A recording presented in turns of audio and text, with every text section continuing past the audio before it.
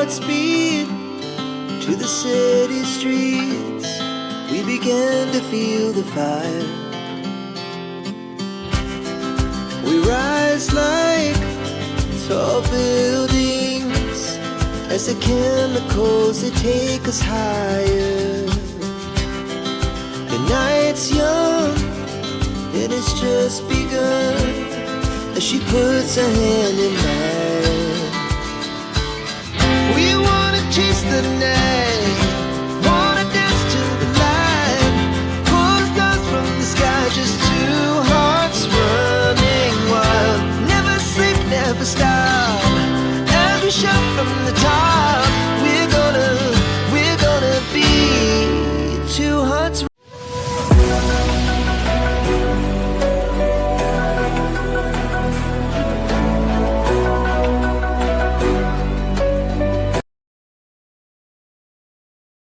அண்ணா வணக்கம். வணக்கம் வணக்கம் அண்ணா உங்க பேரு நம்மளோட பண்ணை எங்க அமைஞ்சிருக்கு அதை பத்தி கொஞ்சம் சொல்லுங்க. நம்ம பேரு முருகேசன். சரிங்க. பண்ணை அமைஞ்சிருக்கிற இடம் வந்துங்க பல்லடம் மல்லையாண்டர் மலையும் எம் ஊத்துக்குழிங்க. ஓகேங்க. பல்லடம் ஏரியால எம் ஊத்துக்குழிங்க. எத்தனை வருஷமா கோழி வளர்ப்புல ஈடுபட்டு? அந்த 6 வருஷமா இந்த கோழி வளர்ப்புல இருக்கிறீங்க. ஆனா இப்போ நம்ம என்ன வகை கோழிகள் வளர்த்திட்டு இருக்கோம், எப்படி கமர்ஷியல் அதை வளர்த்திட்டு இருக்கோம், அதை பத்தி கொஞ்சம் விரிவா சொல்லுங்க. தூய பெருவடை கோழிங்க. முதல் வந்து லைனேஜ் கோழிங்கிற ஒரு குறிப்பிட்ட ரகம் மட்டும் வச்சு சரிங்க பண்ணணுங்க. சரிங்க. அந்த விட நம்மளுக்கு இது டிமாண்ட் அதிகமா இருக்குதுங்க. சரிங்க. அதனால நம்ம லைனேஜ் போகாத பெருவடை வளர்ப்புல மட்டும் பண்ணிட்டு இருக்கிறாங்க. பெருவடை வளர்ப்பு. ஆமாங்க. சரிங்க. இப்போ நம்ம கிட்ட எத்தனை தாய் கோழிகள் இருக்குங்க, சேவல்கள் எவ்வளவு இருக்கு? இப்போ ஒரு 300 கோழி கேச்சிங் இதில் இருக்குதுங்க, முட்டை வைக்கிறது இது பண்றது இருக்குதுங்க. சரிங்க. இன்னொரு 400 பட்டா கோழி தயாராகிட்டு இருக்குதுங்க. அது இன்னொரு மாசத்துல முட்டைக்கு வந்துருமுங்க. சரிங்கண்ணா. இப்போ குஞ்சுகள்னா நம்ம கிட்ட எவ்வளவு இருக்குங்க கைகளை? குஞ்சுகளை வாரம் 300 குஞ்சு வருங்கண்ணா. வாரம் 300 குஞ்சுகள் வந்து குஞ்சு வருங்க. சரி. வாரம் 300 குஞ்சு. இப்போ இந்த கமர்ஷியலா கோழி வளர்த்துறதுல இருக்கக்கூடிய ஒரு பெரிய பிரச்சனை என்னன்னா, நிறைய இடம் தேவைப்படும். அந்த இடத்தை வந்து ஷார்ட் பண்றதுக்கு நம்ம என்ன பண்ணிருக்கோங்க? ஆனா இடம் வந்து கண்டிப்பா தேவைப்படுங்க. நம்ம அது பாத்தீங்கன்னா வருங்க ஒரு 3 ஏக்கர்ல ஒரு 90 பார்ட்டிஷன் பண்ணி வச்சிருக்கிறேங்க. சரிங்க. அதாவது ஒரு பார்ட்டிஷன் 2400 ஸ்கொயர் ஃபீட்டுங்க. சரிங்க. அது மாதிரி 90 பார்ட்டிஷன் பண்ணிக்கிறோங்க. சரி. அதாவது ஒவ்வொரு வாரம் வர்ற குஞ்சு நம்ம குஞ்சா கொடுத்துருவோங்க. குஞ்சு இல்ல நம்மளுக்கு இங்க நிறைய இங்க இது கேட்கறாங்க கடைகளுக்குங்க. சரி. அதுக்காக வந்து பாத்தீங்கன்னா ஒரு பார்ட்டிஷனுக்கு 150 ஒவ்வொரு வாரம் வர்றத ஒரு மாசமானதை ஒவ்வொரு பார்ட்டிஷன் விட்டுருவோங்க. ஓகே ஓகே ஓகேங்க. இப்போ அந்த பார்ட்டிஷன் சொல்றீங்க, செப்பரேட் பார்ட்டிஷன்ல வளர்த்துறீங்கன்னு. ஒரு பார்ட்டிஷனுக்கு எவ்வளவு குஞ்சுகள் விட்டுருக்கீங்க? ஒரு பார்ட்டிஷனுக்கு நம்ம விட வேண்டியது வந்து பாத்தீங்கன்னா ஒரு 500 குஞ்சு விடலாங்க. நம்ம விடுறத வந்து ஒரு பார்ட்டிஷனுக்கு 250 ரூபாய் விடுறாங்க. 250 ரூபாய் விடுறாங்க. அதுல இப்ப எல்லாம் வந்து பாத்தீங்கன்னா அதையுமே குறைச்சு ஒரு பார்ட்டிஷனுக்கு 100 தான் விடுறாங்க. 100 தான் விடுறாங்க. ஏன்னா நம்ம 250க்கு 500 இருந்தாலும் கூடங்க நம்ம குஞ்சா வெளியில போயிடுறதுனால இருக்கிற குஞ்சை மட்டும் தான் கொடுக்கறதுனால 100 கொடுத்துட்டு இருக்கிறாங்க. அப்படிங்களா? ஆமாங்க. சரிங்கண்ணா. இப்போ இந்த 200-250 குஞ்சுகள் விடுறீங்க, அதுக்கான நிழலுக்கு என்ன பண்ணிருக்கீங்க? அது ராத்திரி தங்கறதுக்கு என்ன மாதிரியான ஒரு செட்டப்? நிழலுக்கு வந்து பாத்தீங்கன்னா மொத்தம் நம்மளது 120க்கு 20ங்கிறது ஒரு பார்ட்டிஷனுங்க. 2400 ஸ்கொயர் ஃபீட்டுக்கு ஒரு பார்ட்டிஷனுங்க. சரிங்க. அதுல 2 லேயர் வந்து இந்த ஆடாதோடாங்க. சரிங்க. கருவ மொத்தம் செம்பருத்தி நட்டி இருக்கிறாங்க. சரிங்க. அதாவது 10 அடி இடைவெளிங்க. ஓகேங்க. அதுல வந்து பாத்தீங்கன்னா அதே நிழல்ல இருந்துக்கு இடையில வந்து பாத்தீங்கன்னா இந்த கீரைகள்லாம் இருக்குது இல்லைங்க, அதுக்கெல்லாம் போய் சாப்பிட்டு வந்துட்டு அப்புறம் உள்ள தங்கறதுக்கு வந்து பாத்தீங்கன்னா ஒவ்வொரு இதுலயும் வந்துங்க 14க்கு 20 20ங்க. அது வந்து தங்கறக்கான அதுக்கு அந்த செட்டுக்குள்ளேயே ஒரு ஓரமா பண்ணிருக்கிறேங்க. பண்ணிருக்கீங்க. ரைட்டுங்க. அதாவது வந்து நிழலுக்கு நிழலுமாச்சு, அதாவது வந்து வெளியில வந்து மேய்ச்சலுக்கும் உங்களுக்கு மழை வேஞ்சாலும் அல்லது நைட்டு தங்குறதெல்லாம் வந்து அந்த பார்ட்டிஷன்ல வந்து தங்கிக்கு நைட்ல க்ளோஸ் பண்ணி பூட்டே போட்டுருவீங்க. சரி. சோ பாதுகாப்பு பிரச்சனைகள் எதுவுமே இல்லைங்க. அது இதெல்லாம் வந்து முதல் கொஞ்சம் ஓப்பன்ல ஃப்ரீயா விட்டுருந்தோம்ங்க. சரிங்கண்ணா. நைட்ல வந்து பாத்தீங்கன்னா காட்டு பூனைகள்லாம் வந்து நிறைய நம்மளுக்கு தெரியாத பிடிச்சிருதுங்க. சரி. அதுக்காகத்தான் மறுபடியும் எல்லாம் கொஞ்சம் எக்ஸ்ட்ரா செலவு பண்ணீங்க. சரி. இதெல்லாம் பண்ணிருக்கோங்க. ரைட்டுங்கண்ணா. இப்ப கமர்ஷியல் மெத்தட்ல வந்து குஞ்சுகள் உற்பத்தி பண்ணணும் அப்படின்னா என்ன மெத்தட ஃபாலோ பண்ணணும்? மேய்ச்சல் முறையா, இல்ல கூண்டுகள் அமைப்பா, இல்ல ரிங்ல போட்டு குஞ்சுகள் இறக்கிறதா, எது கரெக்டா இருக்கும்? நீங்க வந்து இந்த அளவா ஒரு 25 குஞ்சு அதிகபட்சம் 50 குஞ்சு வரைக்குங்க. சரி. நீங்க தாய்க்கோழி கூட விட்டு வளர்த்துறது ரொம்ப பெட்டருங்க. சரி. நீங்க 100 தாண்டிட்டீங்கனாலும் இப்ப நம்ம பண்ணிக்கிற அளவுக்குங்க. சரி. செஞ்சா மட்டும்தான் தனித்தனி ஒவ்வொரு ஏஜ்ல இருக்கிறத ஒவ்வொரு வாரத்து குஞ்சு தனித்தனி பார்ட்டிஷன் இருக்கணுங்க. சரி சரி. கலக்கூடாதுங்க, ஒன்னோட ஒண்ணு கலக்கூடாதுங்க. சரிங்கண்ணா. ஆனா இப்ப தீவனம் வைக்கிறதுக்கு ஃபீடர் தனியா பார்த்தேன். அதே மாதிரி தண்ணி வைக்கிறதுக்கு ஒரு ஆட்டோமேட்டிக் ட்ரிங்கர் பார்த்தேன். அது போக தனித்தனி பார்ட்டிஷன் எல்லாமே வலை அமைப்புல பண்ணிருக்கீங்க. அது போக ஷெட்டும் போட்டிருக்கீங்க. போட்டிருக்கேன். அப்போ இந்த ஒரு பார்ட்டிஷனுக்கு எடுத்துட்டா எவ்வளவு செலவு பண்ணிருப்பாங்க? ஒவ்வொரு பார்ட்டிஷனுக்கு வந்து பாத்தீங்கன்னா 20 கல்லு வருமுங்க. 20 கல்லு. 20 கல்லுங்க. சரிங்க. நீங்க 120க்கு 20 நீளத்து வரைக்கும் செயின் லிங்க்குங்க, 2 சைடு செயின் லிங்க்குங்க. மேலே வந்து இதுங்க இந்த கம்பிங்க, டாடா கம்பி மேல. அது எதுக்காக கட்டிருக்கீங்க அந்த கம்பி? இது ஏற்கனவே இது வந்து எங்களுக்கு பந்தலா இருந்ததுங்க, காய்கறி முதல் திராட்சை இருந்ததுங்க, 2வது காய்கறி பந்தலா இருந்து இப்போ இதுக்கு மாத்திட்டேங்க. அதனால இது வந்து பாத்தீங்கன்னா அரைக்கரை இந்த கம்பி இருக்குங்க. கம்பி போன கம்பிங்க கூட அதில் எடுத்துட்டு மறுபடியும் எல்லாம் கம்பி மாத்திங்க. அதுவும் ஒரு பாதுகாப்பு இல்லையா? அது ஒரு பாதுகாப்புங்க. நீங்க இது வழியே வந்துருதுங்க, இந்த ரகுடு பருந்தெல்லாம் காக்காய்ங்க. சரிங்க. அது அந்த பிரச்சனை இருக்குதுங்க. அதுக்காக அது மேலையுமே எல்லாமே பண்ணிருக்கேன். அந்த செயின் லிங்க் போட்டிருக்கீங்கன்னா அப்புறம் அந்த செயின் லிங்க் அப்புறம் இந்த கம்பி அது போகங்க. அது போக உங்களுக்கு 2 பக்கம் 2 கேட்டுங்க. சரிங்க. அந்த வந்து பார்ட்டிஷன் வந்து பாத்தீங்கன்னா கீழே அந்த 20க்கு 16ங்கிற ரேஞ்சில் வந்து இது கட்டி இருக்கிறோம்லங்க, மரங்க வச்சு. லேபருங்க. இதுக்கு எல்லாம் சேர்ந்த இது வரும். எவ்வளவு வருதுங்கண்ணா ஒரு பார்ட்டிஷன்? ஒரு பார்ட்டிஷனுக்கு எனக்கு வித்தியாசமா ஒரு 50,000 ரூபாய் வருங்க. 50,000 ரூபாய். அவ்வளவு செலவு பண்ண வேண்டி இருக்கு இல்லைங்களா? இதை பண்ணணும்னா கண்டிப்பா பண்ணணுங்க. அதாவது இது எதனால பண்ணணுங்கன்னா நம்மளது எண்ணிக்கை அதிகமா இருக்குதுங்க. அதை சிறப்பா உங்களுக்கு பிரச்சனை இல்லாத வளர்த்தணுங்க, இந்த செலவு பண்ணித்தான் ஆகணும். அப்பதான் வந்து பிரச்சனை இல்லாம வளர்த்த முடியும். சரி, நான் இப்போ ஒரு 50,000 ரூபாய் போட்டு ஒரு ஷெட் போடுறோம். அதாவது ஒரு பார்ட்டிஷன் மட்டுமே 50,000 ரூபாய் போடுறோம். அதுல ஒரு 200 to 250 கோழிகள் தான் வரும். 50 கோழி ஃப்ரீயா மேய்லாங்க. இப்ப அந்த கோழில இருந்து இந்த 50,000 வந்து ஃபுல்ஃபில் பண்ணிர முடியல, எடுத்துற முடியல, லாபத்தை எடுத்துடலாங்களா? நீங்க ஒரு கோழி ஆவரேஜா 1000 ரூபாய் கம்மியா கொடுக்கறது இல்லைங்க. சரிங்க. என்னங்க? சரிங்க. செலவு அதிகமாகுதுங்க. நம்ம கொடுக்குற ஐட்டம் நீங்க எல்லாம் பாத்தீங்க, கம்பல்ல லோடு தான் ஒவ்வொரு லோடு தான் கொண்டு வந்து வைக்கிறேங்க. அதே மாதிரி 250 கோழி வளர்த்துறோம்னாங்க, எல்லாமே குஞ்சு நம்ம குஞ்சுங்க. பேரண்ட் கோழி நம்மளது, சேவல் நம்மளதுங்க. வித்து வெளியில போற வரைக்கும் எல்லாமே சொந்த இது இருக்கிறதுனாலங்க 250 குஞ்சு இன்னைக்கு நீங்க வெளியில போகும் பொழுது ஒரு ஆவர் சராசரியா நான் 1000 ரூபாய்க்கு கீழே கொடுக்கறது இல்லைங்க. நீங்க ஒரு பேட்ச் எடுத்தாலே எல்லா செலவுக்கும் போகலாம், அந்த எடுத்துடலாங்க. அதே சொல்லிட்டு இது ஒரே நாள் இது மாதிரி செட்டு போட்டு இவ்வளவு விட்டு எடுக்காருன்னா லாஸ் வந்துடும். நீங்க சுயமா இதெல்லாம் கொஞ்சம் அதில் நிறைய அனுபவத்தை கத்துட்டு ஒரு குறைவான எண்ணிக்கையிலிருந்து ஆரம்பிச்சீங்கன்னா இது உண்மையிலேயே ரொம்ப வெற்றிகரமான தொழில். ஆனா இப்ப வந்து பாத்தீங்க அப்படின்னா தாய்க்கோழிகளை வந்து நம்ம கேஜ் சிஸ்டத்துல வளர்த்துறோம் இல்லைங்களா? கண்டிப்பாங்க. அதாவது ஆர்டிபிஷியல் செமினேஷன் தான் நம்ம பண்றோம். அதோட நன்மைகள் என்ன, எதனால அது அந்த மெத்தடுக்கு போறாங்க? அதுல வந்து பாத்தீங்கன்னாங்க 10 கோழிக்கு ஒரு சேவல் இருந்தா போதுங்க. சரி. நம்ம சேவலுக்கு எல்லாம் வந்து பாத்தீங்கன்னா முதல்ல சொன்னனுங்க, முதல்ல ஒரு 40 பார்ட்டிஷன் சிறுசா பண்ணீங்க. அதுல 4 கோழி ஒரு சேவல் நட்டு இது பண்ணுங்க. சரி. அப்ப நாங்க சேவலுக்கு எல்லாம் வந்து பாத்தீங்கன்னா சுண்டல் எல்லாம் கொடுப்போங்க. முளைக்கட்டுன சுண்டலுங்க. சரிங்க. அடுத்தது பாசிப்பயிருங்க. சரிங்க. முட்டைங்க. சரிங்க. இது எல்லாமே வந்து பாத்தீங்கன்னா வேக வச்சு முளைக்கட்டை வச்சு கொடுப்போம்ங்க. சரிங்க. இப்ப இதுல எங்களுக்கு எந்த வேஸ்ட்டுமே இல்லைங்க. நாங்க கொடுக்குறோம்னா 1 கிராம் கூட வேஸ்ட் இல்லாத அந்த சேவல் எல்லாத்தையும் எடுத்துக்குங்களா? ஒரு சேவல் மினிமம் 10 கோழிக்கு அதனோட இதை எடுத்து போடலாங்க.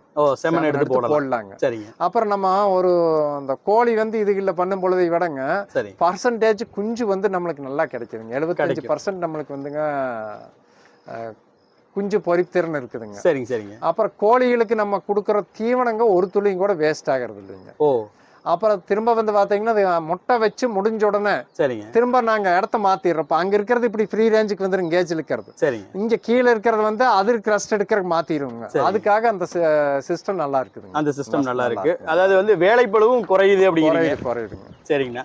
வேலை பளவு குறையுதுங்க. சரிங்க. கோழியினுடைய தரம் நல்லா இருக்குது, தரமும் நல்லா இருக்குது. ரொம்ப அருமையா சொன்னீங்க. அப்புறம் டிஸ்டர்பன்ஸ்கள் எல்லாம் டெய்லியுமே ஸ்ப்ரே பண்ணுவோங்க. அதுல எல்லாம் இருக்கும்பொழுது நம்மளுக்கு அதனோட இது டெய்லியுமே கொடுத்தாலும் கூட செலவு ரொம்ப குறைவா இருக்குங்க. இது 4 உருப்படி தான் இருக்குங்க. நம்ம அதெல்லாம் ஸ்ப்ரே பண்ணும்பொழுது பரவலி ஓடிட்டே இருக்குங்களா, வேஸ்ட் பல மடங்கு ஆகுங்க. அதுகளுக்காக இது சிறப்பா இருக்கு. செலவையும் குறைச்சிக்கலாம். செலவு குறைச்சிக்கலாங்க. இதுல இன்னொன்னுங்க இந்த செலவை குறைக்கணுங்க. சரிங்க. நீங்க செலவை குறைக்கிறது ஒண்ணுங்க, அடுத்தது பராமரிக்கிறதுங்க. நீங்க ஒரு குஞ்சதை சொல்றேங்க, ஒண்ணு வீக்கா இருக்குதுன்னா அப்பவே அதை பிடிங்கன்னு சொல்லி தனிமைப்படுத்திங்க. அது என்ன பிரச்சனைன்னு அதுக்கு தகுந்தது பண்ணிட்டோம்னா நம்ம பெரிய இழப்புகளுக்கே போக மாட்டோம்ங்க. கரெக்ட். இப்ப 75% கரு கூடுது அப்படின்னு சொன்னீங்க. இது வந்து ரொம்ப அதிகமான ஒரு பெர்சன்டேஜ். ஏன்னு கேட்டீங்கன்னா பெருவடையில வந்து 75% எல்லாம் வாய்ப்பே இல்ல. 50 to 55% ஒரு நல்ல ஈல்டு அப்படின்னு. இந்த கோடை காலத்துல எல்லாம் அடையில வச்சாங்க இல்லங்க. ஆமாங்க. உங்களுக்கு மேக்சிமம் குஞ்சே பொறிக்கலிங்க எதுவுமே. சரிங்க சரிங்க. பொறிக்கலிங்க. சரிங்க. நம்ம வந்து இத்தனைக்கு வந்து ஏன் பர்சன்டேஜ் வச்சு கூட்டுறோம்னா இந்த வேலைகள்லாம் செஞ்சது அதுக்காகத்தானுங்க. Okay okay. நீங்க வந்து ஒரு 1/2 மணி நேரத்துக்கு ஒருக்காங்க முட்டை வைக்கிறது ஒரு ஆள் எடுத்துட்டே இருப்பாங்க. சரிங்க. நீங்க அங்க இருக்கிற ஆளுக்கு வந்து பாத்தீங்கன்னா அப்பவே எடுத்துக்கொண்டு போய் அதைய ஒரு பாதுகாப்பான இடத்துலங்க வச்சு அப்படி கொண்டு போவாங்க. இல்லாட்டி ஒரு நாளத்துக்கு குஞ்சு வெயில்ல முட்டை வச்சாலும் கூடங்க உங்களுக்கு கரு உருவாயிருங்க. ஒரு வாரம் கழிச்சு கேச்சிங் கொடுக்கும்போது அந்த கரு இறந்து போகும். நீங்க அதில் நிறைய மெத்தட் இருக்குதுங்க. அதுகளெல்லாம் பார்க்கணுங்க. ஆனா இப்போ இதுக்கு வந்து பாத்தீங்கன்னா எவ்வளவு ஸ்கொயர் ஃபீட்ல டோட்டல் ஸ்கொயர் ஃபீட் எவ்வளவு நம்ம யூஸ் பண்ணிருக்கோங்க? ஆனா இப்ப 3 ஏக்கர்லங்க இந்த தடம் நடக்கிற இதுக்கெல்லாம் வந்து 1 ஏக்கர் குறைச்சிட்டாலும் கூடங்க கிட்டத்தட்ட ஒரு 2 ஏக்கர் முழுக்க 2 ஏக்கர் முழுக்க வருங்க. 90,000 ஸ்கொயர் ஃபீட் வரும். சரிங்க. 90,000 ஸ்கொயர் ஃபீட் வரும். கிட்டத்தட்ட ஒரு 1000க்கும் மேற்பட்ட கோழிகள் குஞ்சுகள் எல்லாம் சேர்ந்து நம்ம கையில இருக்கு இப்போ இல்லீங்களா? இப்ப கையில் இருக்கிறதுங்க. மொத்தமா எல்லா பார்ட்டிஷன்லயும் வளர்த்தலாம்னாங்க நம்மளுக்கு கிட்டத்தட்ட வந்து ஒரு 50,000 இப்படியே வளர்த்தலாங்க. அவ்வளவு வளர்த்தலாங்க. அந்த அளவுக்கு பண்ணி வச்சிருக்கிறோம். சரிங்க. பண்ணி வச்சிருக்கிறதுக்கு இன்னும் என்ன காரணம்னாங்க, இந்த ஒரு முடிஞ்சதுனாங்க அந்த ஸ்ப்ரிங்க்லர் எல்லாம் செட் பண்ணிக்கிறோம்லங்க. அதுல இந்த கீரையை எல்லாமே கலந்து தூவி விட்டுங்க. அது வளர்ந்து வர்றதுக்கு ஒரு மாசம் 1.5 மாசத்துல இருந்து 2 மாசம் ஆயிருங்க. அப்ப அந்த இதெல்லாம் வந்து அந்த டைம் எடுக்கிறதுங்கிறதுக்காக பார்ட்டிஷன் அதிகப்படுத்தி வச்சிருக்கிறேன். சரிங்கண்ணா. அதாவது இத்தனை கோழிகள் ஒரு இடத்துல வளர்த்தும் போது இந்த நோய்கள் மேலாண்மையை எப்படி பாக்குறீங்க? நோய் மேலாண்மை ஒவ்வொரு நாளும் 2 நேரமும் அதை கவனிக்கணுங்க. ஒரு குஞ்சு ரொம்ப ஒரு நாளைக்கு லைட்டா குறுகிட்டுனாலும் கூட அப்பவே அதை எடுத்துறணுங்க. அந்த எடுத்து அது என்னன்னு சொல்லிட்டு அது கொடுக்கணுங்க. இல்லாட்டி அதை அப்புறப்படுத்திடுறானுங்க. இந்த பண்ணக்கிட்டவே வச்சிருக்க. ஆமாங்க. சரிங்கண்ணா. இப்ப தீவன மேலாண்மைனா குஞ்சுகளுக்கு என்ன மாதிரி தீவனங்கள் கொடுக்குறீங்க? பெரிய தாய் கோழிகளுக்கு என்ன மாதிரி குஞ்சுகளுக்கு முதல் 15 நாளைக்கு ஃப்ரீ ஸ்டார்டர் கொடுக்குறோங்க. சரிங்க. அப்புறம் 15 நாளைக்கு அப்புறம் 1 மாசத்துக்கு ஸ்டார்டர் கொடுக்குறாங்க. அதுக்கு மேல ஃபினிஷருங்க. இது எல்லாமே வந்து பாத்தீங்கன்னா ஒரு வேலைங்க. அந்த குஞ்சுக்கு மட்டும் 15 நாளைக்கு கொடுக்கறது ஃபுல் டைமும் அந்த ஃபினிஷ் ஸ்டார்டர் இருந்துட்டே இருக்குங்க. அதுக்கு மேல எல்லாம் வந்து பாத்தீங்கன்னா காலையில ஒரு வேளை ஃபீடிங் சாப்பிடுற வரைக்குங்க. அப்புறம் இடையில கம்புங்க. ஓகேங்க. அப்புறம் இந்த புல்லுகெல்லாம் வச்சிருக்கிறோம்லங்க, குதிரை மசாலா, இதுக்கெல்லாம் இடையில கொடுத்துருவோம். சரிங்களா. இப்போ இந்த கம்பெனி தீவனங்கள் ஈவினிங் வந்து பாத்தீங்கன்னா நீங்க பாத்திருப்பீங்க பருத்தி கொட்டைங்க, சோயாங்க, கருவாடு, ஊற வச்ச கம்புங்க, ராகிங்க, கடலை புண்ணாக்குங்க, இது எல்லாம் கலந்த மக்காச்சோள மாவுங்க. இந்த மாவுகள்லாம் சேர்ந்து மிக்சிங் பண்ணீங்க. அதை ஒரு கலவையா கொடுப்போங்க. டெய்லியுமே நுண்ணோட்டமா தாது உப்பு இருக்குதுல்லங்க, அதெல்லாம் சேர்ந்து கொடுப்போம்.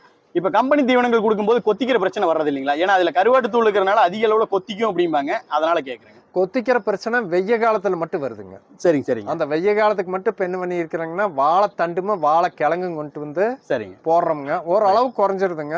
அப்ப இந்த 1.5 கொத்துதுங்க. அதை நம்ம பிரிச்சிடறோம். அது இயல்பான இதுங்க. கொத்துதுன்னா அது எதுன்னு அதை தான் நான் சொல்றேன். டெய்லி இப்ப அதை பார்த்துட்டே இருக்கணும். எது கொத்துது ஆரம்பிக்குது அதை முதல்ல நம்ம அதை தனிமைப்படுத்திடணுங்க. ஆமாங்க. ஆனா இப்ப வந்து நம்ம சேனல்ல வந்து பாத்தீங்க அப்படின்னா இந்த கோழி வளர்ப்புங்கிறத தாண்டி ஒரு வியாபாரம், புதிய ஒரு வியாபாரத்தை எப்படி சக்சஸ்ஃபுல்லா ரன் பண்றது அப்படிங்கறத பத்தி நம்ம பேசிட்டு இருக்கோம். சோ இப்போ ஒரு நாட்டுக்கோழி வளர்ப்புல முழுமையான ஒரு லாபம் அடையணும் அப்படின்னா நம்ம என்ன மாதிரி மெத்தட ஃபாலோ பண்ணணும், என்ன பண்ணுனா லாபம் கிடைக்கும்? நம்ம முழுமையான இதை சக்சஸா பண்ணாங்க. சரி. குறைவான எண்ணிக்கையில ஆரம்பிச்சுங்க. சரி. படிப்படியா எண்ணிக்கை அதிகப்படுத்திட்டு போனாங்க. இது ஒரு 3 வருஷ காலம் நான் சொல்றதுங்க. சரி. சக்சஸா உருவாக்கிடலாம். இடையில பிரச்சனைகள் எல்லாம் வருமுங்க. சரி. அதுகளெல்லாம் அனுபவமா எடுத்துட்டு சக்சஸா மாத்தலாம். அதாவதுங்கன்னா இப்ப கோழி வளர்ப்புங்கிறது 2 வகையா பிரிக்கலாம். லைனேஜ் சேவல், கட்டு சேவல்கள் அப்படின்னு சொல்லக்கூடிய கட்டுத்தரை போட்டு அதுல வளர்த்தக்கூடிய சேவல்களா பிரிக்கலாம். பாத்தீங்கன்னா அடுத்தது வந்து பாத்தீங்கன்னா கறிக்கு வளர்த்தக்கூடிய சேவல்களா பிரிக்கலாம். இது ரெண்டும் இல்லாம வந்து பாத்தீங்கன்னா குஞ்சுகள் உற்பத்தி பண்ணி விற்பனை பண்ணலாம். இதுல வந்து எது சிறப்பானதா இருக்கும்? நீங்க எதை வந்து செலக்ட் பண்ணிருக்கீங்க? நான் செலக்ஷன் பண்ணிக்கிறது இப்ப குஞ்சுகா கொடுத்துறதுங்க. சரிங்க. ஆமாங்க. குஞ்சு நம்ம கிட்ட எடுக்கிற குஞ்சு தொடர்ந்து கேட்டுட்டே இருக்கிறாங்க. நம்ம அந்த குஞ்சு குவாலிட்டிக்காக இவ்வளவு மெனக்கெட்டு செலவு பண்ணி இவ்வளவு வேலை செஞ்சுட்டு இருக்கிறோங்க. சரிங்க. இப்ப நம்மளுக்கு இது மெத்தட் கரெக்டுங்க. லைனேஜ் பண்ணலாங்க. லைனேஜ் பண்றப்ப அது தனியா ஒரு இடத்துல வச்சு அதை பண்ணணுங்க. தனிப்பட்ட முறை. இது அதை ஒரே இடத்துல வச்சு பண்றது வந்து கொஞ்சம் சிரமம்ங்க. சரி. இப்ப அதனால நம்ம முதல் இதை முழுமையெல்லாம் சரிவடுத்திட்டு அப்புறம் அதுக்கு போலாங்கிறனால முதல் லைனேஜ் தான் பண்ணணுங்க. சரிங்க. அப்புறம் லைனேஜ்ல இருக்கிறதையும் கூட எல்லாம் இதுக்கு வேண்டான்னு சொல்லிட்டு விட்டது காரணம் இதுதானுங்க. அப்படிங்களா? ஆமாங்க. சரிங்க. இப்ப இவ்வளவு பெரிய இடம், கிட்டத்தட்ட ஒரு 3 ஏக்கர்ல வந்து நம்ம ஷெட் போட்டிருக்கோம், கோழிகள் வளர்த்திட்டு இருக்கோம். எத்தனை பேர் இதை பராமரிக்கிறதுக்கு வச்சிருக்கீங்க? 4 பேர் வச்சிருக்காங்க. 4 ஆட்கள் வச்சிருக்கீங்க. அப்ப அந்த 4 ஆட்களுக்கான சம்பளம் இதுல இருந்து தான் நம்ம எடுத்தாகணும் இல்லைங்களா? நான் சொல்றதுங்க அதான், இந்த வருதலங்க செலவெல்லாம் இதுல கழிக்கணும் இல்லைங்க. அதான் வர்ற லாபத்துல அது போக பாருங்க ஒவ்வொன்றும் வாங்குற இதெல்லாமே வந்து பாத்தீங்கன்னா நம்ம மூட்டை கணக்குல வாங்குறதுல லோடு கணக்குல வாங்கி வச்சு கொடுக்குறோம். டன்னு கணக்குல வாங்குறோம். டன்னு கணக்குல வாங்குறோங்க. சரி. அதெல்லாம் இதுல இந்த லாபத்துல இருந்து தான் எடுக்கணும். அதாவதுங்கன்னா மாசம் ஒரு செலவு அப்படின்னு பாத்தீங்கன்னா இந்த பண்ணைக்கு அப்ராக்சிமேட்டா எவ்வளவு செலவு பண்ணுவீங்க?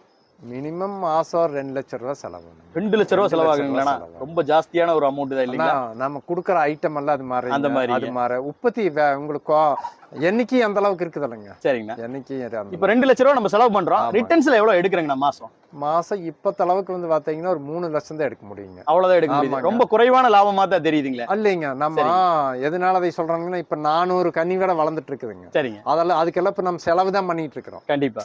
இப்போ அந்த கன்னி விட இன்னொரு 2 மாசத்துல முட்டைக்கு வருங்க. சரி. அதெல்லாம் வரும்பொழுது வந்து பாத்தீங்கன்னா சரி செலவு குறையுங்க. இன்னும் செலவு குறையிருக்கான 2 லட்சத்தை குறைக்கிறதுக்கான வேலைங்க இன்னும் நடந்துட்டு இருக்குதுங்க. 1 லட்சத்துல நிறுத்தணுங்கிறக்காங்க குறைஞ்சிட்டு இருக்குதுங்க. அந்த 1 லட்சத்துலயும் வந்து இன்னும் அந்த எண்ணிக்கை எச் பண்ண நம்ம மத்த இதுகளை எச் ஆகுங்க. வருமானத்தை கூட்டுறதுக்கான வேலையும் நடந்துட்டு இருக்கு. வேலைகள் நடந்துட்டு இருக்குது. எதிர்காலத்துல அதுவும் நடக்கும். சரிங்களா. இப்போ ஒருத்தர் கமர்ஷியலா வந்து பண்ணை வச்சு சக்சஸ் பண்ணணும், அதாவது நாட்டுக்கோழி வளர்த்து சக்சஸ் பண்ணணும், எதை சூஸ் பண்ணா அவரு ஜெயிக்கலாங்க? ஒன்னா லைனேஜ் மட்டும் முடிவு பண்ணி அந்த லைன்ல போயிடும். அதை மட்டும் பண்ணணும். இதுக்குள்ளேயே வரக்கூடாதுங்க. சரிங்க. இல்ல குஞ்சுக்கு நல்ல தரமான கனமான பெருவடை கோழிங்க. நல்லா இப்ப நம்ம வயிற்று வச்சிருக்கிறத வந்து பாத்தீங்கன்னா 3.5 to 4 கிலோ வருங்க. ஒரு 1.5 வருஷமான கோழிங்க. சரிங்க. முட்டைக்கு வந்து ஒரு 6 மாசத்துல வந்து பாத்தீங்கன்னா ஆவரேஜா 3.5 கிலோங்க. சரிங்க. வர்ற கோழி கனம் வேணுமுங்க. கனம் வேணும். சேவல் வந்து பாத்தீங்கன்னா 4 to 5ங்க. ஒரு சில சேவலுக்கு வேணா 6 கிலோ வருமுங்க. எல்லாமே அந்த அளவுக்கு இல்ல. நம்மளுக்கு ஒரு 10 சேவல் 6 கிலோ சேவல வருங்க. அதுக்கெல்லாம் 2 வருஷத்து சேவலுங்க. இந்த மாதிரி வளர்த்தனா கறிக்கு விற்கிறதுக்கு ரொம்ப நல்லா இருக்கு. இதுல என்னங்கன்னா நம்ம கிட்ட நிறைய பேர் வந்து இந்த விளையாட்டுக்கு வாங்கிட்டு போற சேவ குஞ்சு இதுலயே பிரிச்சு வாங்கிட்டு போறாங்க. இதுல இருந்து தனிப்பட்ட முறையில பிரிச்சு எடுத்துட்டு போறாங்க. இப்ப அவங்க தான் ஒரு சிலர் சொல்றாங்க நீங்களே இதை கூட பிரிச்சு இங்கேயே பண்ணுங்க. நானு நம்ம வந்து இதை முழுமையா எல்லா வேலையும் முடிச்சுட்டு அதை செய்யலாங்கிறதுக்காக இதை பண்ணிட்டு இருக்கோம். ஆமாங்க. ஆனா இப்ப குஞ்சுகள் விற்பனை பண்ணிட்டு இருக்கிறதா சொன்னீங்க. எத்தனை நாள் குஞ்சுகளா கொடுக்குறீங்க? என்ன விலைக்கு கொடுக்குறீங்க? ஒரு நாளத்துல இருந்து 2 மாசத்து குஞ்சு வரை கொடுக்குறேங்க. சரிங்க. ஒரு நாளத்து குஞ்சு வந்து 170 ரூபாய்ன்னு கொடுக்குறேங்க. 170ங்க. சரிங்க. ஒரு மாசத்து குஞ்சு மறுபடியும் ஒரு 100 ரூபாய்ங்க அதுல இருந்து வச்சு பண்ணிக்கலாங்க. ஓகேங்க. நம்ம டெய்லி வந்து அதுக்கு ஃபீடு, மெடிசனுங்க, பராமரிப்பு எல்லாம் சேர்ந்து ஒரு மாசத்துக்கு 100 ரூபாய் கூட்டிக்கிறோமுங்க. சரிங்க. 270ங்க.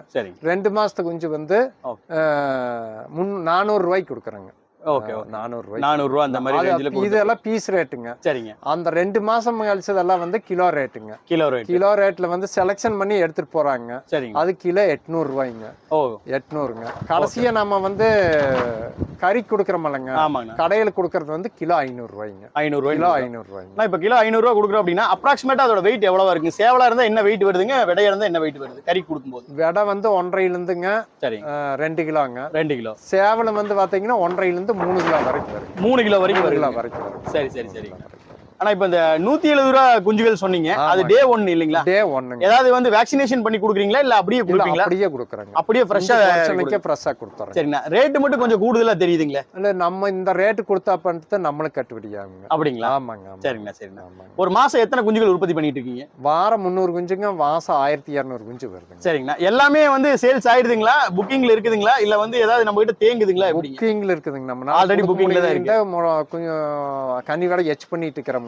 சரிங்க. இப்போ பார்த்தீங்கன்னா பார்ட்டிஷன் அந்த ஒரு 40 பார்ட்டிஷன் 12 சும்மா இருக்குதுங்கிற காரணமே குஞ்சா கொடுத்துட்டோம்ங்க. சரி. குஞ்சு இல்லைங்க, கொடுக்கறதுக்கு கூட குஞ்சு இல்ல. சரிங்க. நம்ம தாய்க்கோழி அதிகப்படுத்தலான்னு அதுக்கு வேலை நடந்துட்டு இருக்கு. அடுத்த பேட்சுகள் வந்து நம்ம ரெடி ஆயிட்டு இருக்கு. இப்போ எதிர்கால ஒரு ஃபியூச்சர் பிளானிங் அப்படின்னா என்னவா இருக்குங்க? என்ன பண்ணலாம்னு இருக்கீங்க? நம்மளது இதை வந்து இப்ப இருக்கிறதுல இருந்து நீ எச்சு பண்றது ஐடியாவே இல்லைங்க. சரிங்க. இருக்கிறதுல இன்னும் கொஞ்சம் எல்லாம் வந்து இதைவே மாடர்னைசேஷன், அதாவது கொஞ்சம் வேலை செய்யறதெல்லாம் இப்பவே ரொம்ப குறைச்சிருக்கிறோங்க. ஆமாங்க. இன்னும் சின்ன வேலை இருக்குதுங்க, எல்லாம் கம்ப்ளீட் பண்ண மட்டும் போதும். சரி. இந்த அளவுக்கு ரெடி பண்ணிட்டு இதோட முடிச்சுக்கலாம்னு நினைக்கிறீங்க.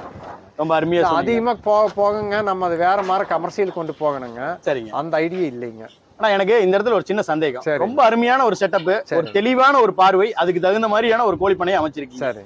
இப்போ பிராய்லர் அப்படின்னு எடுத்துட்டா சுகுணா இருக்கு, பயனீர் இருக்குது, எத்தனையோ கம்பெனிகள் இருக்கிறாங்க, லட்சக்கணக்கா உற்பத்தி பண்றாங்க. கண்டிப்பாங்க. ஏன் நாட்டுக்கோழி அப்படி யாரும் எடுத்து கார்பரேட்டா ஒரு கமர்ஷியலா பண்ணாம இருக்கிறோம்?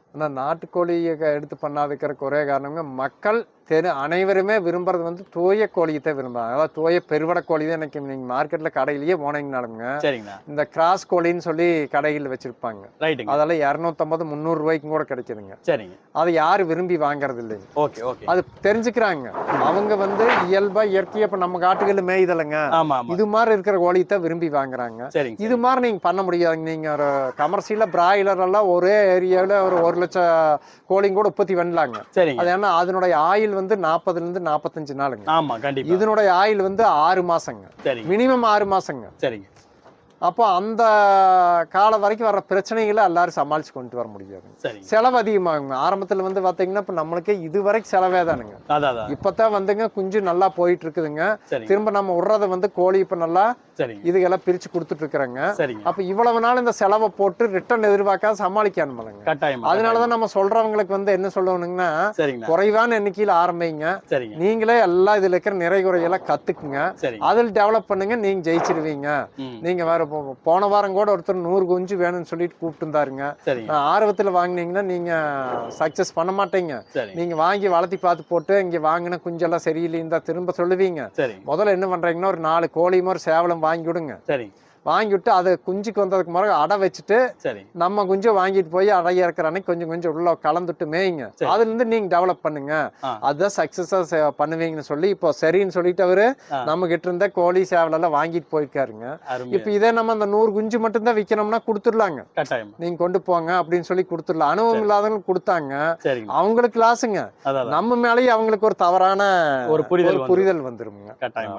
ஆனா இப்போ குஞ்சுகள் வந்து குடுக்குறோம் அப்படின்னா எத்தனை குஞ்சுகள் வரைக்கும் நம்ம கொடுத்துட்டு இருக்கோம்? மினிமம் ஆர்டர் எவ்வளவுங்க? எவ்வளவு கேட்டா கொடுப்பீங்க? 10 குஞ்சு கூட கொடுக்கலாம். 10 குஞ்சு கூட கொடுக்கலாம். என்னன்னா அந்த 10 குஞ்சு கொடுக்கறதுக்கு வந்து நாங்க ஒரு டேட் ஃபிக்ஸ் பண்ணுவோங்க. சரிங்க. ஏன்னா இப்ப நம்ம ஒரு 100 குஞ்சு 200 குஞ்சுன்னு ஒரு வண்டியில் வச்சு விட்டு அனுப்பிச்சுட்றோங்க.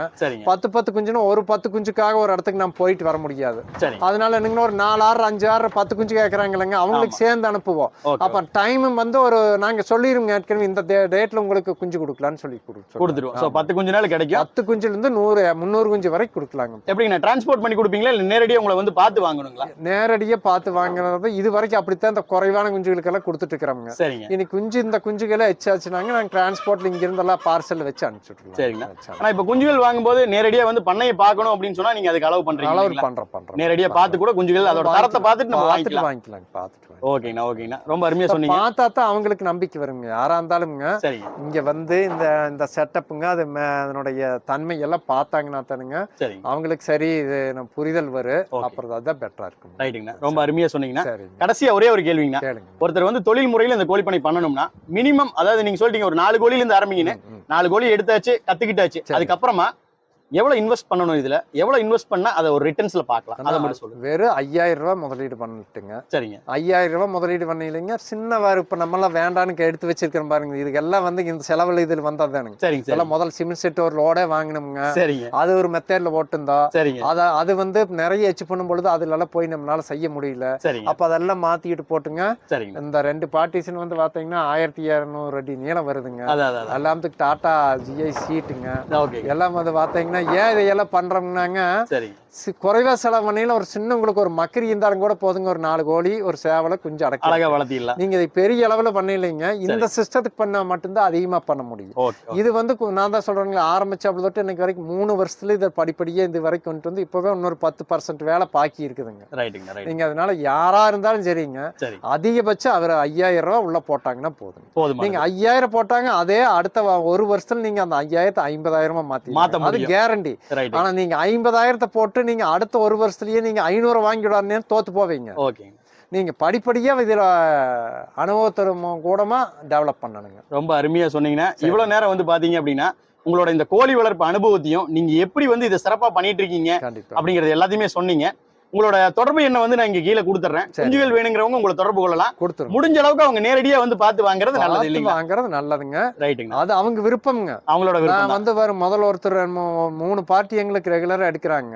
ரெகுலரானா அவங்க எத்தனை குஞ்சு இருந்தாலும் எடுத்துக்கிறாங்க. சரிங்க. அவங்க எல்லாம் முதல்ல வந்து பார்த்து எடுத்துட்டு போனாங்க. இப்பெல்லாம் வந்து வாரங்க குஞ்சு மட்டும் இங்க என்னைக்கு சொன்னோம்னா சரிங்க அமௌண்ட் கூகுள் பே பண்ணிடுவாங்க. நாங்க போறதோட சரிங்க. அதை வாங்கி அனுபவிச்சவங்க மாற மாட்டாங்க. அதா இருந்தாலும் நேர்ல வந்து பார்த்து பார்த்து வாங்கிட்டு போனா இன்னும் கூடுதல் சிறப்பு. ரொம்ப அருமையா சொன்னீங்கன்னா உங்களை சந்திச்சதுல ரொம்ப மகிழ்ச்சிங்க. உங்க பண்ணை மென்மேலும் வளர நம்ம சேனல் சார்பா வாழ்த்துக்களை தெரிவிச்சுக்கிறீங்க. நன்றி.